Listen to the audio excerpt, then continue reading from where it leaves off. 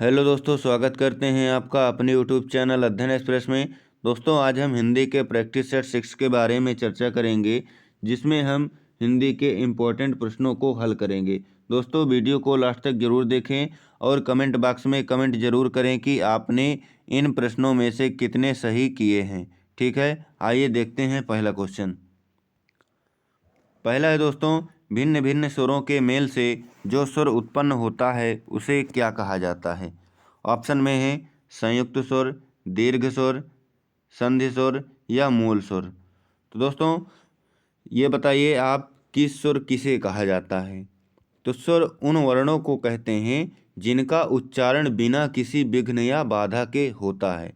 ठीक है, और इनके उच्चारण में किसी दूसरे वर्ण की सहायता नहीं ली जाती है। तो यहाँ पे हमारा संयुक्त स्वर राइट आंसर है। दोस्तों, संयुक्त स्वर किसे कहते हैं? तो भिन्न भिन्न स्वरों के मेल से जो स्वर उत्पन्न होता है उसको संयुक्त स्वर कहा जाता है। ऑप्शन नंबर ए इसका राइट आंसर है। आइए देखेंगे अगला क्वेश्चन। अगला है दोस्तों, गौरव गाथा, इन दोनों शब्दों के बीच में लगा चिन्ह क्या कहलाता है। ऑप्शन है लाघव चिन्ह, हंसपद चिन्ह, योजक चिन्ह या अवतरण चिन्ह। तो दोस्तों, गौरव गाथा के बीच में जो चिन्ह लगा है इसको क्या कहा जाता है? इसको योजक चिन्ह कहा जाता है। इसलिए ऑप्शन नंबर सी इसका राइट आंसर है। क्या कहा जाता है दोस्तों? योजक चिन्ह कहा जाता है। ठीक है, अगला क्वेश्चन। अगला है हमारा, पाकिट मार शब्द में समास है। पाकिट मार शब्द में कौन सा समास है? अव्ययीभाव, तत्पुरुष, कर्मधारय या द्वंद्व। तो दोस्तों, पाकिट मार में कौन सा समास है? इसमें तत्पुरुष समास है। ऑप्शन नंबर बी इसका राइट आंसर है, तत्पुरुष समास। तत्पुरुष समास कहाँ पर होता है दोस्तों? तो जिस समास में अंतिम पद प्रधान होता है वहाँ तत्पुरुष समास होता है। ठीक है, और जब तत्पुरुष समास में को कारक का लोप हो तब वहाँ कर्म तत्पुरुष होता है। अतः पाकिट मार में तत्पुरुष समास है। ठीक है, यानी पाकिट को मारने वाला। अगला क्वेश्चन। अगला है दोस्तों, आंखें दिखाना मुहावरा किस अर्थ में प्रयुक्त होता है? लज्जित करना, स्वागत करना, सावधान करना या क्रोध से देखना। दोस्तों, आंखें दिखाना मुहावरे का अर्थ होता है क्रोध से देखना। ऑप्शन नंबर डी इसका राइट आंसर है। ठीक है, अगला क्वेश्चन। अगला है दोस्तों, कहु रावण रावण जग केते, इस पद में रावण शब्द का प्रयोग क्रमशः हुआ है। ऑप्शन देखेंगे, जातिवाचक संज्ञा एवं व्यक्तिवाचक संज्ञा, व्यक्तिवाचक संज्ञा एवं व्यक्तिवाचक संज्ञा, व्यक्तिवाचक संज्ञा एवं जातिवाचक संज्ञा, और लास्ट है जातिवाचक संज्ञा एवं जातिवाचक संज्ञा। तो दोस्तों, कौन सा विकल्प इसमें सही हो जाएगा? तो यहाँ पे हमारा सही होगा ऑप्शन नंबर सी, व्यक्तिवाचक संज्ञा और जातिवाचक संज्ञा। ऑप्शन नंबर सी इसका राइट आंसर है दोस्तों। दोस्तों, यहाँ पे कहु रावण रावण जग केते, इसमें पहले रावण का प्रयोग व्यक्तिवाचक संज्ञा के रूप में हुआ है तथा दूसरे रावण का प्रयोग जातिवाचक संज्ञा के रूप में हुआ है। इसलिए हमारा राइट आंसर हो जाएगा ऑप्शन नंबर सी। अगला क्वेश्चन। अगला है दोस्तों, भगवत भक्ति में संधि है। भगवत भक्ति में कौन सी संधि है? विसर्ग संधि, सुर संधि, व्यंजन संधि या गुण सुर संधि। दोस्तों, भगवत भक्ति में व्यंजन संधि है हमारी। ऑप्शन नंबर सी इसका राइट आंसर है। कौन सी संधि है? व्यंजन संधि। इसका संधि विच्छेद क्या होता है? भगवत धन भक्ति।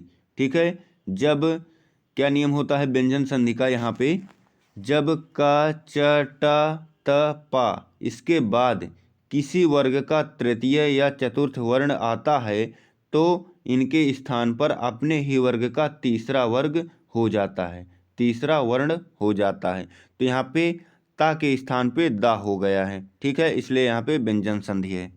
ऑप्शन नंबर सी इसका राइट आंसर। अगला क्वेश्चन। अगला है दोस्तों, अनुकरणीय में लगा प्रत्यय है। अनुकरणीय में कौन सा प्रत्यय लगा हुआ है? अनु, करण, ईय या ईय? तो दोस्तों अनुकरणीय में ईय प्रत्यय लगा हुआ है। ऑप्शन नंबर डी इसका राइट आंसर है। ऑप्शन नंबर डी इसका राइट आंसर है दोस्तों। ठीक है, अगला क्वेश्चन। अगला है, वर्तनी की दृष्टि से कौन सा शब्द सही है? द्वंद्व, द्वंद्व। दोस्तों चारों द्वंद्व है, लेकिन इनमें से कौन सा द्वंद्व सही है? तो यहाँ पे हमारा द्वंद्व जो सही लिखा जाता है तो किस प्रकार लिखा जाता है? इस तरह लिखा जाता है। इसलिए यहाँ पे option number D right answer हो जाएगा। अगला क्वेश्चन देखेंगे। अगला है दोस्तों, किसी वाक्य के अंश को निम्नलिखित में से क्या कहेंगे? पदबंध, पदतल, पदरूप या पदत्राण? दोस्तों किसी वाक्य के अंश को क्या कहा जाता है? तो किसी वाक्य के अंश को पदबंध कहा जाता है। ऑप्शन नंबर ए इसका राइट आंसर है दोस्तों। ऑप्शन नंबर ए इसका राइट आंसर है। अगला क्वेश्चन। अगला है हमारा, रहीमन पानी राखिए बिन पानी सब सून, पानी गए न उबरे मोती मानुष चून। इसमें शब्द शक्ति पहचानिए। इसमें कौन सी शब्द शक्ति है यह पहचानना है। ऑप्शन में है लक्षणा शब्द शक्ति, अभिधा शब्द शक्ति, माधुर्य शब्द शक्ति या व्यंजना शब्द शक्ति? तो दोस्तों यहाँ पे व्यंजना शब्द शक्ति होगी। ऑप्शन नंबर डी इसका राइट आंसर है। अगला क्वेश्चन देखेंगे। अगला है दोस्तों, जिस मूल शब्द में विकार उत्पन्न होने से क्रिया बनती है उसे क्या कहा जाता है? जिस मूल शब्द में विकार होने से क्रिया बनती है उसको क्या कहा जाता है? तो ऑप्शन है यहाँ पे धातु, क्रिया, मूल धातु या यौगिक धातु? तो दोस्तों जिस मूल शब्द में विकार उत्पन्न होने से जो क्रिया बनती है उसको यौगिक धातु कहा जाता है। कौन सी धातु दोस्तों? यौगिक धातु। ऑप्शन नंबर डी इसका राइट आंसर है। ठीक है, अगला क्वेश्चन। अगला दोस्तों, संज्ञा का वह रूप जिससे क्रिया के आधार का बोध होता है उसको क्या कहा जाता है? करण कारक, संबंध कारक, संप्रदान कारक या अधिकरण कारक? तो दोस्तों संज्ञा का वह रूप जिससे क्रिया के आधार का बोध होता है उसको अधिकरण कारक कहा जाता है। ऑप्शन नंबर डी इसका राइट आंसर है। अगला क्वेश्चन। अगला है हमारा, कौन सा व्यंजन ता वर्ग का नहीं है? दोस्तों कौन सा व्यंजन ता वर्ग का नहीं है पूछ रहा है। ध्यान देना, जल्दबाजी में गलत कर देते हैं अक्सर। ठीक है, न, म, दा या धा? तो यहाँ पे दोस्तों नहीं पूछ रहा है तो ऑप्शन नंबर 20 का राइट आंसर हो जाएगा, क्योंकि म किस वर्ग में आता है? पा वर्ग में आता है। ठीक दोस्तों, अगला क्वेश्चन। अगला है हमारा, राजा नगर में आए अर्थ के अनुसार यह वाक्य निम्नलिखित में से किस प्रकार के अंतर्गत है? संदेश सूचक वाक्य, विधानार्थक वाक्य, संकेतार्थक वाक्य या इच्छाबोधक वाक्य? तो दोस्तों यहाँ पे कौन सा वाक्य हो जाएगा? तो यहाँ पे हमारा हो जाएगा विधानार्थक वाक्य। कौन सा दोस्तों? विधानार्थक वाक्य। ऑप्शन नंबर 20 का राइट आंसर है। ऑप्शन नंबर 20 का राइट आंसर है। ठीक है, विधिवाचक वाक्य में दोस्तों किसी कार्य के होने का बोध होता है, जैसे राधा ने पढ़ लिया, ठीक है, राम आ गए, मैंने भोजन कर लिया इत्यादि। ठीक, अगला क्वेश्चन। अगला है दोस्तों, इस वाक्य में किस लोकोक्ति का प्रयोग होगा? तीर्थों के पंडे पुजारी प्रायः ऐसे यजमानों की खोज में रहते हैं जो क्या हों? अब ऑप्शन देखेंगे। ऑप्शन में दिया है दोस्तों, पहला है आँख के अंधे गांठ के पूरे, दूसरा है मान ना मान मैं तेरा मेहमान, और अगला है गंगा गए गंगादास, जमुना गए जमुनादास, और लास्ट है आप काज महाराज। तो दोस्तों यहाँ पे इस वाक्य में कौन सा लोकोक्ति प्रयोग उचित होगा। ठीक है, तो यहाँ पे हमारा ऑप्शन नंबर ए इसका राइट आंसर हो जाएगा। ठीक है, कौन सा, आँख के अंधे गांठ के पूरे।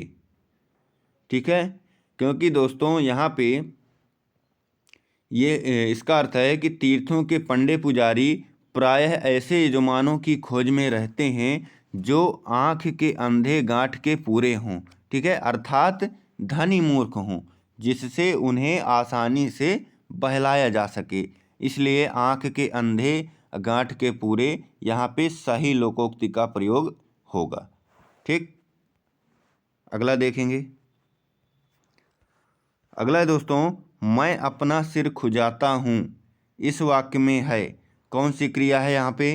अकर्मक क्रिया, सकर्मक क्रिया, अकर्मक सकर्मक दोनों क्रिया, या अकर्मक सकर्मक दोनों नहीं। दोस्तों इस वाक्य में कौन सी क्रिया है, तो यहाँ पे सकर्मक क्रिया है। कौन सी दोस्तों, सकर्मक क्रिया।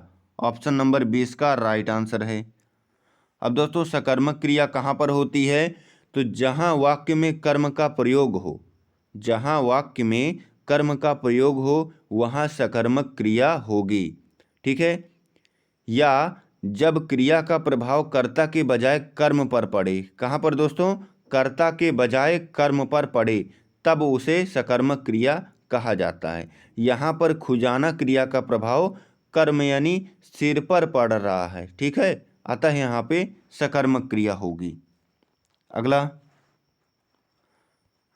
अगला है दोस्तों, मैं खाना खा चुका तब वह आया। यह वाक्य है, यह वाक्य कौन सा है। सरल वाक्य, संयुक्त वाक्य, मिश्र वाक्य, या संक्षिप्त वाक्य। तो दोस्तों मैं खाना खा चुका, यह कौन से वाक्य का उदाहरण है।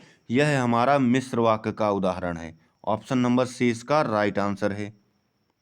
ऑप्शन नंबर सी इसका राइट आंसर है। दोस्तों मिश्र वाक्य किसे कहते हैं, तो मिश्र वाक्य में एक प्रधान वाक्य और दूसरा उपवाक्य होता है। ठीक है, उपवाक्य स्वतंत्र ना होकर प्रधान वाक्य पर निर्भर रहता है। यहाँ पर प्रधान वाक्य कौन सा है, जैसे मैं खाना खा चुका हूँ, यहाँ पे मैं खाना खा चुका, यहाँ पे प्रधान वाक्य है, और उपवाक्य कौन सा है, वह आया। और दोनों को समुच्चय बोधक शब्द तब से जोड़ा गया है। किससे दोस्तों, तब से जोड़ा गया है। ठीक है, तब से जोड़ा गया है, अतः यहाँ पे मिश्र वाक्य का उदाहरण होगा। ठीक है, ऑप्शन नंबर सी इसका राइट आंसर है। अगला दोस्तों, संस्कृत के मूल शब्द जो हिंदी भाषा में प्रचलित हैं वह कहलाते हैं। संस्कृत भाषा के मूल शब्द जो हिंदी भाषा में प्रचलित हैं उन्हें क्या कहा जाता है। ऑप्शन देखेंगे, तद्भव शब्द, विदेशी शब्द, तत्सम शब्द, या देशज शब्द। तो दोस्तों संस्कृत भाषा के मूल शब्द जो हिंदी भाषा में प्रचलित हैं उनको तत्सम कहा जाता है। ऑप्शन नंबर सी इसका राइट आंसर है। ठीक दोस्तों, अगला क्वेश्चन, अगला है हमारा, कोप शब्द का पर्यायवाची शब्द है। कोप शब्द का पर्यायवाची शब्द है, कौन सा है देखेंगे, अवितथ, कृतांत, अमरस, या मृषा। तो दोस्तों कोप शब्द का कौन सा पर्यायवाची होगा, तो कोप शब्द का पर्यायवाची होता है अमरस। ऑप्शन नंबर सी इसका राइट आंसर है। ठीक दोस्तों, कोप के अन्य पर्यायवाची शब्द भी हैं, जैसे गुस्सा, अमरस, रोष, आक्रोश आदि होते हैं। ठीक, अगला क्वेश्चन, अगला है हमारा, एक अनार 100 बीमार। यह है क्या है दोस्तों, मुहावरा है कि वाक्य है कि वाक्यांश है या फिर लोकोक्ति है। क्या है दोस्तों, जल्दी बताएं। तो यह हमारा लोकोक्ति है। क्या है दोस्तों, यह लोकोक्ति है। ऑप्शन नंबर डी इसका राइट आंसर है। ऑप्शन नंबर डी इसका राइट आंसर है। दोस्तों आज का वीडियो हमारा कैसा लगा कमेंट बॉक्स में ज़रूर बताएं, और आपके कितने क्वेश्चन सही थे ये भी ज़रूर बताएं। और यदि हमारे चैनल पर पहली बार आए हैं तो चैनल को सब्सक्राइब कर लें ठीक है, मिलते हैं अगले वीडियो में। जय हिंद, जय भारत।